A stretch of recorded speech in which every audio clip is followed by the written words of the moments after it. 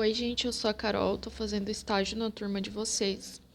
E hoje a gente vai resolver uma questão do Enem 2020, do caderno rosa da prova que foi aplicada presencialmente. É a questão 126. Ela é o seguinte: você foi contratado para sincronizar os 4 semáforos de uma avenida indicados pelas letras O, A, B e C, conforme a figura. Os semáforos estão separados por uma distância de 500 metros.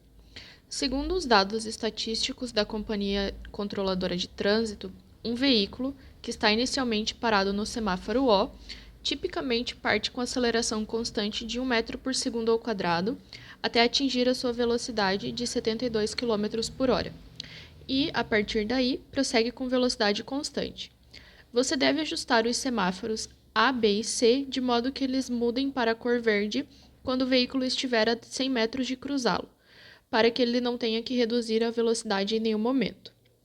Considerando essas condições, aproximadamente quanto tempo depois da abertura do semáforo O, os semáforos A, B e C devem abrir, respectivamente. Então, esse problema ele está dividido em dois tipos de movimento. A primeira parte dele trata de um movimento uniformemente variado e a segunda parte é movimento uniforme.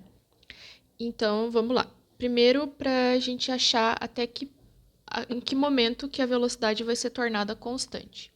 A gente vai aqui usar a equação de Torricelli, que é v ao quadrado igual a velocidade inicial ao quadrado mais 2 vezes a aceleração vezes o deslocamento. A gente tem que o nosso carrinho ele saiu do repouso, então a velocidade inicial é igual a zero. E a gente tem também que a velocidade final do nosso carrinho aqui vai ser 72 km por hora. Fazendo a conversão para metros por segundo, vai 72 km por hora.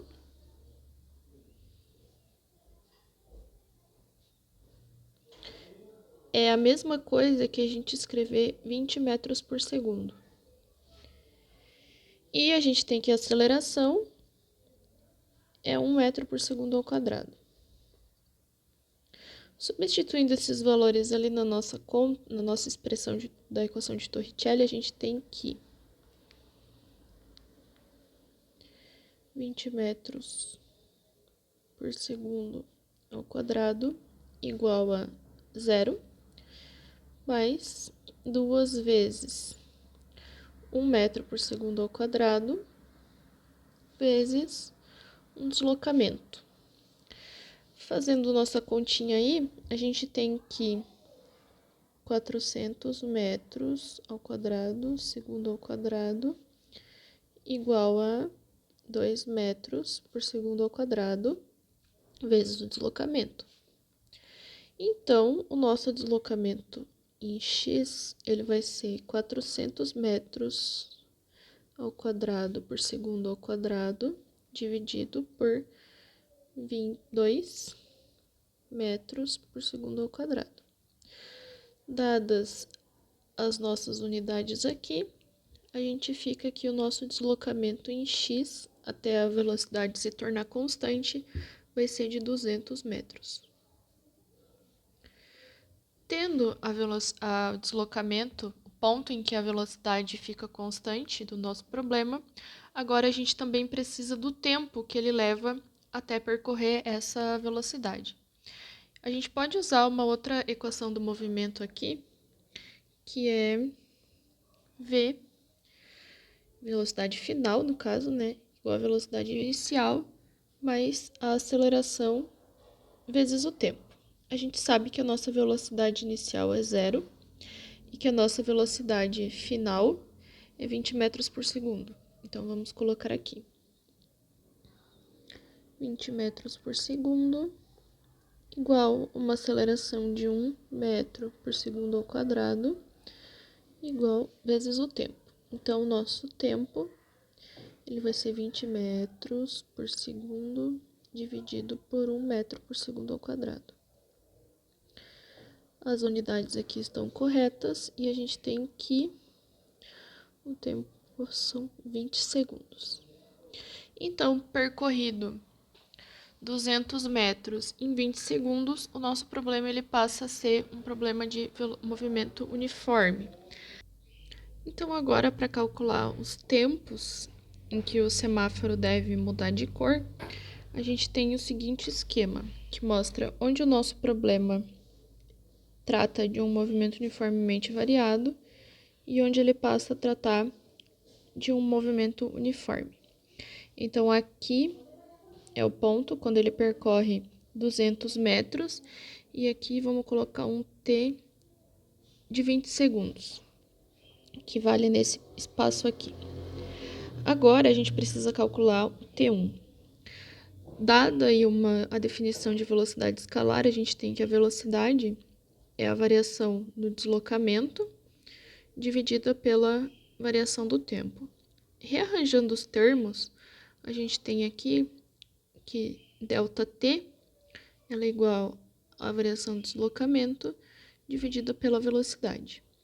Olhando o esquema que a gente tem aqui, a gente sabe que o deslocamento desse ponto aqui, que foi até onde a gente já calculou, até o ponto em que a gente precisa calcular o T1, é 200 metros.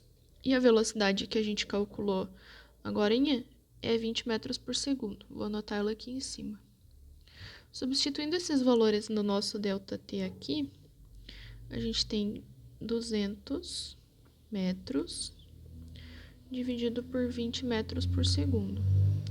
Fazendo essa conta, a gente tem que a variação do tempo ele vai ser igual a 10 segundos. Porém, a gente só precisa do tempo 1. Aqui a gente está contando todo o espaço de tempo desde a origem até chegar a 100 metros do nosso sinaleiro.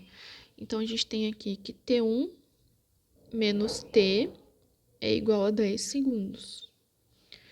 A gente tem que, então, T1 vai ser igual a 10 segundos mais T.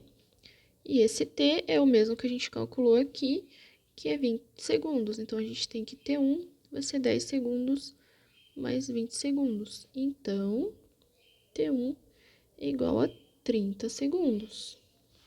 Beleza?